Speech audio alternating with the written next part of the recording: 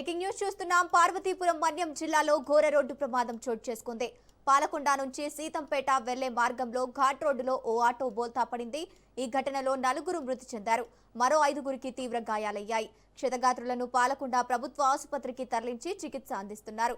మృతుల్లో ఆటో డ్రైవర్తో పాటు 3 మహిళా ప్రయాణికులు ఉన్నట్లు సమాచారం. వారిని సీతంపేట ఏజెన్సీకి చెందిన గిరిజనులుగా భావిస్తున్నారు.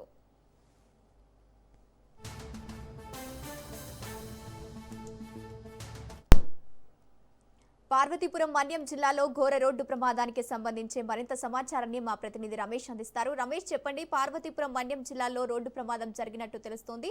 అసలు ఈ ప్రమాదం ఎలా జరిగింది? మనం చూసుకుంటే సాయంత్రం మన్యం జిల్లా జంబర్కోట సమీపంలోని ఘోరరోడ్డు ప్రమాదం చోటు చేసుకుంది. కరెక్ట్ గా సీతంపేట మండలం బొబ్బాడి గ్రామం దగ్గర వివాహానికి వెళ్లి తిరిగి ప్రయాణం జరిగిన సమయంలోని రోడ్డు ప్రమాదం జరిగింది. అయితే ఒక శుభకార్యానికి వెళ్ళి వస్తూ ఉండగా ఈ రోడ్డు ప్రమాదం జరగడంతో అంతా బాధితులందరూ గొగ్గోలు పెడుతున్నారు. అయితే సీతంపేట మండలం దూరంబాయి నుంచి పాలకొండ మండలం గ్రామంకు వస్తుండగా ఆటో బోల్తా పడింది.